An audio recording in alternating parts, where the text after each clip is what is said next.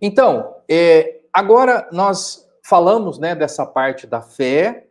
Eu vou falar um pouquinho agora com vocês sobre o direito constitucional, né? Aquilo que a gente ensina na faculdade de Direito para os alunos que amanhã serão os agentes, né, do direito, né? Juiz, promotor, delegado, advogado, né? Tantas carreiras que existem dentro do direito, né? Então a gente fala dos três poderes, né? Isso está descrito na Constituição, é uma teoria, uma filosofia que foi implantada aí praticamente no mundo inteiro, segue-se essa diretriz para ter o poder central de um país dividido em três instâncias, né? A gente não tem o poder todo concentrado numa só pessoa.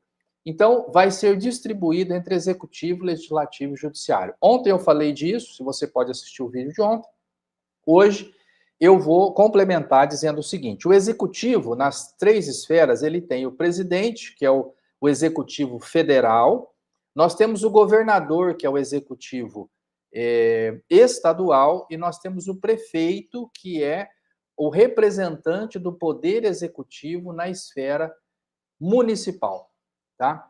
Aí vamos de novo, no legislativo, nós temos os senadores e os deputados federais lá na esfera federal. Nós temos os deputados estaduais aqui no estado e temos os vereadores no município. Todos são legisladores, membros do poder legislativo, né? Vão legislar cada um no seu âmbito ali, no que é da sua competência. Os vereadores fazem leis para o município, o deputado estadual fazem leis só para o estado, né? A lei do estado de São Paulo não vale em Minas Gerais, então é só para o estado.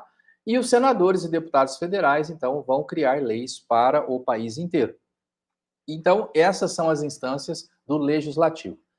E no judiciário, nós temos o juiz da comarca, que é o juiz de primeira instância, que a gente chama, ele é o juiz da comarca, né? Então, ele é o juiz estadual, juiz federal, juiz do trabalho, juízes, né, que atuam na primeira instância. Depois nós temos os que atuam no tribunal, então tem o Tribunal de Justiça, o Tribunal Regional.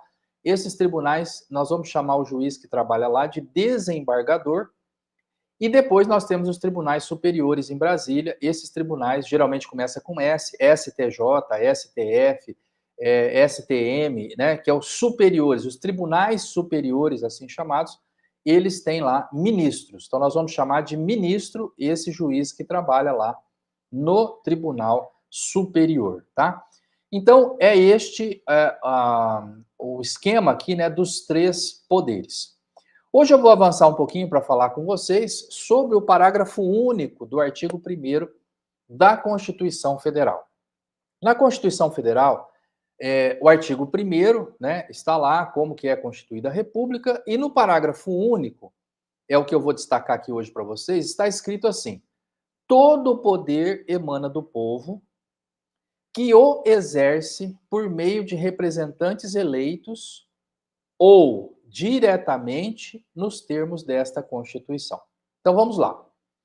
A primeira coisa, todo o poder emana do povo. Veja bem, se todo o poder emana do povo, significa que é o povo que é dono do poder. Então veja, eu sou o dono de um carro, de uma propriedade. Vamos dizer que eu sou dono de um sítio. Então, eu tenho a propriedade, eu sou o dono. Mas essa minha condição de dono, então eu quero lá ter uma criação de gado. Eu vou exercer essa minha condição de dono e criador de gado por meio de um representante. Eu coloco lá um funcionário e ele vai trabalhar e vai cuidar do gado. Pergunta: esse funcionário que está lá cuidando do gado, ele é o dono da propriedade? Não, ele não é o dono da propriedade. Ele está exercendo lá por delegação, eu delego para ele, eu entrego para ele a propriedade, falo: você vai cuidar dos bois, você vai morar nessa casa e você vai fazer o trabalho, vai ordenhar as vacas, você vai dar vacina, você vai cuidar do gado aqui, vai trocar de pasto, tal, e dentro daquilo que eu te comandar, eu vou te pagar um salário e é isso, combinado nosso. Mas amanhã, se eu não estiver contente com o trabalho dele, eu posso demitir essa pessoa Ou, se eu não estiver contente com o trabalho dele, eu vou substituir, vou por outra pessoa, e eu ou coloco mais gente, ele não está dando conta, eu coloco mais pessoas, ou eu, né, vejo que tem muita gente, eu demito alguns, então sou eu que sou dono dessa propriedade e eu digo o que vai acontecer lá. A mesma coisa é o poder de um país. O poder em si, o poder em essência, ele pertence ao povo. Agora, nós não podemos todos exercer o poder ao mesmo tempo. Então, imagina, vamos pensar um município. Se tiver que trocar o nome de uma rua, a rua, ou o sentido da rua, não vamos falar do nome. O sentido da rua, a rua é só mão única, nós vamos colocar mão dupla. Se todos nós formos tomar essa decisão, um é a favor, outro é contra, um não quer, o outro não quer nem que passe mais carro, quer um calçadão, vai virar uma bagunça. Então, o que nós temos que fazer? Vamos eleger uma pessoa, essa pessoa toma a decisão. Ele diz, olha, a rua agora é mão dupla. Quem gostar, gostou, quem não gostar, paciência. Ele tomou a decisão.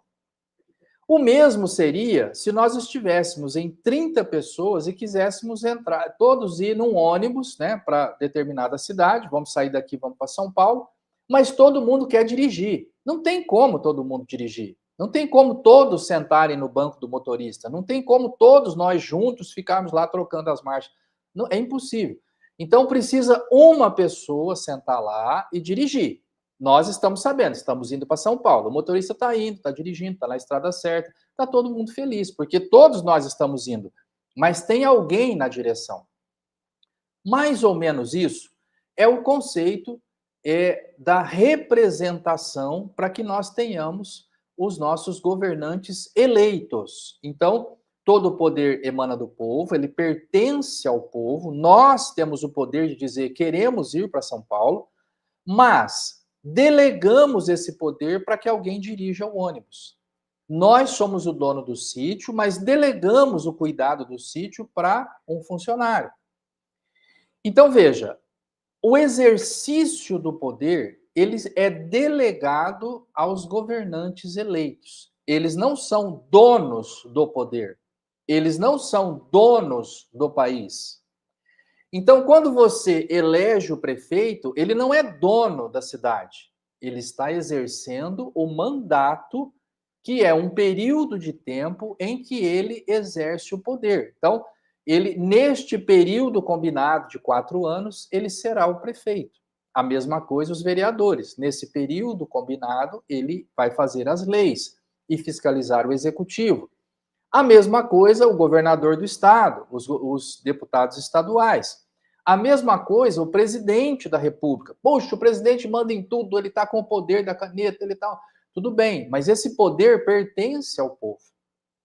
Ele está exercendo o poder durante o mandato que lhe foi confiado. Nós confiamos a ele a direção do país durante 4 anos.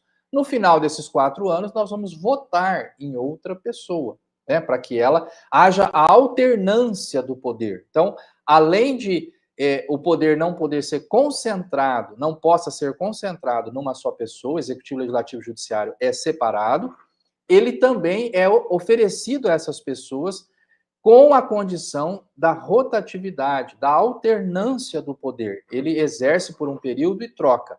Vem outro, exerce por um período e troca. Para que a gente possa ter as representações da sociedade. Agora nós vamos mais para a direita, vamos mais para a esquerda, vamos mais para o centro. O total da população é que vai, né? A mesma coisa se nós estivéssemos num ônibus, falar, agora o motorista corre mais, é mais rápido, agora nós queremos mais cuidadoso, chegou no período de serra, vamos trocar essa pessoa por outro. Então, a gente vai trocando os governantes dessa forma. Então, veja, o poder, ele pertence ao povo, mas ele é delegado, ele é emprestado por um período de tempo ao governante eleito. Isto é o mandato governamental. Então, o prefeito exerce o mandato, o vereador exerce mandato, o deputado estadual exerce mandato, o governador exerce mandato, o senador exerce um mandato de 8 anos, diferente dos demais. O deputado federal exerce um mandato de 4 anos, o presidente exerce um mandato de 4 anos. No judiciário é diferente, o judiciário não é eleito, né? Os juízes são escolhidos, né? Ou por concurso ou por indicação, depois de sabatina, como eram os tribunais superiores, e esses juízes, o mandato deles é maior, né? Eles ficam por um período maior de tempo e eles não são eleitos, é diferente o do judiciário. Mas no executivo e legislativo são eleições, né? Então veja, esse poder que pertence ao povo, que é exercido por meio dos representantes eleitos, isso é a base da democracia. Isso é que é o governo do povo. Como que o povo governa? Todo mundo fica brigando lá para pegar a direção? Não, a gente faz uma eleição e coloca um motorista, tá? Então, é isso que é a base das eleições e de um país livre e de um país democrático, um país onde as pessoas têm a liberdade de escolher os seus governantes, diferente de uma monarquia, onde o rei, com a sua família real, com a sua corte, ele é o rei, o filho dele é o próximo rei, e fica aquela dinastia, aquela família governando, e você não tem a oportunidade de trocar, de ter uma outra visão, de fazer alguma coisa diferente. Isso já foi abandonado há séculos, e hoje nós temos essa ideia de nação democrática, onde os governantes são eleitos para um período determinado de tempo e depois é trocado a alternância de poder. Hoje estou falando isso para vocês, é do artigo 1º da Constituição, e é preocupante, muitíssimo preocupante. Ontem, por exemplo, eu ouvi o presidente da República do Brasil dizendo que as eleições não são a solução. Então a gente fica pensando, mas como é? Não vai ter mais eleição? Né? Então, assim, são falas que a gente fica pensativo, não é? Não estou dizendo, não estou criticando, nós estamos aqui geralmente não, estamos aqui especialmente para orar pelos governantes, estamos orando pelo presidente Lula, mas essa é uma fala muito estranha, né? Então, vocês procurem na imprensa aí, ontem o presidente disse que eleição não é o caminho, eleição não precisa de eleição cada 4, 5 anos não é por aí. Então é uma coisa assim estranha da gente ouvir, né? Porque isso é a base do país democrático e isso é o que diz a Constituição. Nós exercemos o poder por meio dos representantes eleitos. Eles precisam ser eleitos e eleitos de tempos em tempos, com alternância de poder. Isso é a base de um país democrático.